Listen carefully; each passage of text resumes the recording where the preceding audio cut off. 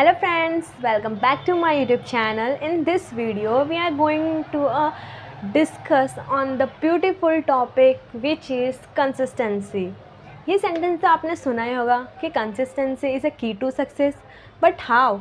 We have talent also, no? And talent भी important है. But the truth is, the consistency beats talent. अब लोग कहते हैं कि टैलेंट होता है तो उससे हम सब कुछ कर सकते हैं, हमारे पास टैलेंट है वो तो हमारा गॉड गिफ्ट है, उससे हम सब कुछ अचीव कर सकते हैं। बट जिनके पास टैलेंट नहीं होता है तो वो क्या करें उनसे।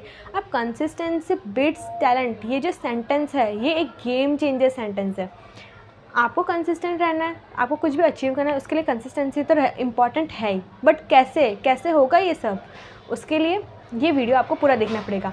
आपको कंसिस्टेंट कैसे रहना है और आप किस तरीके से कंसिस्टेंट रह पाओगे, ये वीडियो, ये दो टॉपिक के ऊपर मैं इस वीडियो के अंदर आपको बताने वाली हूँ। तो let's get started, the video rolling on.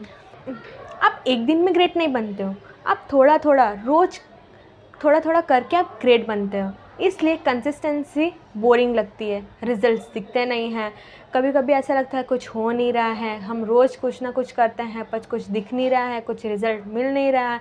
इस वजह से हमें डिमोटिवेटेड फील होता है और हमें ऐसा लगता है कि हमें पता नहीं कब रिज़ल्ट मिलेंगे, कब मुझे वो लाइफ के सारे मोमेंट्स को एंजॉय करने मिलेगा। लेकिन जब ये स्टेज पे लोग हार मान लेते हैं, गिव अप कर देते हैं, उस टाइम पे आपको ये स्टेज, ये मोमेंट पे आपको कंसिस्टेंट रहना, आपको रुकना नहीं है। और जो इस स्टेज पे रुकता नहीं है वो जीतता है। इसका मतलब परफेक्ट नहीं होता, हमें इसमें कोई परफेक्शन नहीं चाहिए होती है। हमें इसमें बस इतना ध्यान रखना है कि हमें रुकना नहीं है, हमें रोज़ थोड़ा थोड़ा करते जाना है। अगर हम आज 1% भी बेटर करते हैं तो हमारे 365 डेज़ के अंदर एक गेम चेंजर होगा।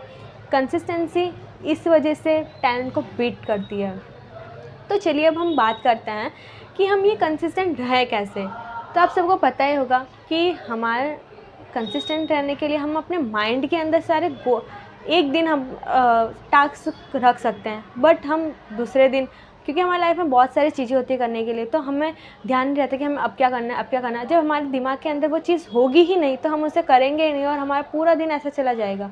तो आपको क्या करना है, एक ट्रैकर शीट बनानी है। ट्रैकर शीट में क्या होता है कि आपको यहाँ पर अपर हेडर साइड के अंदर सारे डेट्स लिख लेने हैं और यहाँ पर आपके टास्क लिख लेने हैं। तो टास्क आप 10 टास्क लिखे आपने, कि जैसे आपने सुबह उठ के आपको मेडिटेशन करना है, फिर वॉक करना है, फिर आपको लंच करना है, ब्रेकफास्ट करना है, फिर आपको जो भी करना है वो आपको लंच किया कि लंच में मैंने क्या जंक फूड तो नहीं खाया था, ब्रेकफास्ट के अंदर मैंने क्या खाया था। अगर आप कोई जिम पीपल हो तो आप वैसे ट्रैकर शीट बना सकते हो, या फिर आप कोई स्टूडेंट हो तो, या फिर स्टूडेंट हो तो आप मेडिटेशन बुक पढ़नी है, मुझे ये वाला टॉपिक रिवाइज़ करना है और मुझे ये सब्जेक्ट लेना है, ये सब आपको एक प्रोटोकॉल्स बना लिए। आपने 10 प्रोटोकॉल्स बना लिए। प्रोटोकॉल्स बनाने के बाद में आपको डेली, जैसे कि फर्स्ट डे आपने ये सब पॉइंट्स लिखे कि आज मुझे ये सारे काम करने हैं, तो आपके दिमाग में वो चीज़ रहेगी कि हाँ आज मुझे ये सारे काम करने हैं और मुझे इतने पॉइंट्स स्कोर करने हैं। मतलब आपने 10 टास्क लिखे हैं तो आपके पॉइंट्स हो गए 10। तब जब स्टार्टिंग में उसको करने जाओगे ना तो आपके पॉइंट्स इतने नहीं बनने वाले हैं, क्योंकि हर एक चीज़ को, हर एक हैबिट को अपने लाइफ में लाने में टाइम लगता है। तो आपके उस टाइम आपने 10 टास्क लिखे हैं, उसमें आपने से 4 कर लिए, आपने वहाँ पर 4 लिख दिया, फिर नेक्स्ट डे आपने उसमें से 6 कर लिया, फिर नेक्स्ट डे आपने 8 कर लिया, फिर आपने 10 कर लिया। तो आपको ऐसा मोटिवेटेड फील होगा कि हाँ मैंने कंसिस्टेंट रहा, मैंने 4 से 6 किया, 6 से 8 किया, फिर 10 किया। बट वो खुशी 10 तक आप आए हो, वो एक खुशी है, बट वहाँ पर आपको रुकना नहीं है, आपको वो कंसिस्टेंटली वो 10 पॉइंट्स को आगे भी इंक्रीज़ करते रहना है। तो वो आपकी कंसिस्टेंट हो जाएगी और वो सारे प्रोटोकॉल्स आपकी एक हैबिट बन जाएंगे, और ऐसे ही आप इम्प्रूव कर लोगे और आपके रिज़ल्ट्स भी अच्छे आएंगे और आपको जो भी अचीव करना है अपने लाइफ में आप वो सब अचीव कर सकते हो। जैसे कि किसी ने 30 डेज़ का चैलेंज लिया होता है तो किसी ने 90 डेज़ का, आप 10 डेज़ का चैलेंज लीजिए, 5 डेज़ का चैलेंज लीजिए, फिर धीरे धीरे वो डेज़ को इंक्रीज़ कर दीजिए और फिर आपकी कंसिस्टेंसी बीट्स हो जाएगी, कंसिस्टेंसी आपकी मेंटेन हो जाएगी और इस तरीके से आप सब की चीज़ कर सकते हो। तो बाय फ्रेंड्स। तो आपको ये वीडियो कैसा लगा?